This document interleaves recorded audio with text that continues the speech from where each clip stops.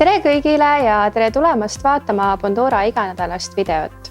Selles videos vaatame, kuidas analüüsitakse ja hinnastatakse meie poolt väljastatud laene. Alates ettevõtte asutamisest on Bondora analüüsinud enam kui miljardi euro väärtuses laenutaotlusi, mistõttu omame kindlasti märkimisväärset kogemust laenu hindamises. Selle aja jooksul oleme välja töötanud ka laenu hinnastamise mudeli, milles kasutame kogunenud laenu hindamise andmebaasi. See pakub olulist informatsiooni laenuvõtja käitumise kohta.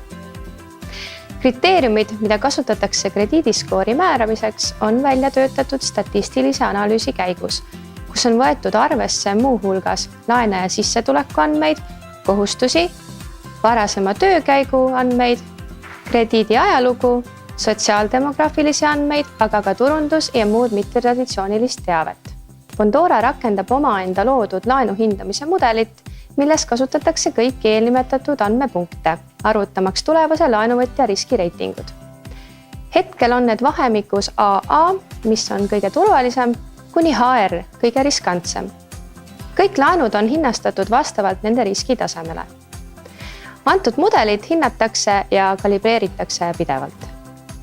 Loodame, et saite parema ülevaate sellest, kuidas toimub laenutaotluste analüüs. Lisainfo saamiseks vaadake kindlasti laenude väljastamist kirjeldavat sektsiooni meie investeerimisjuhendis.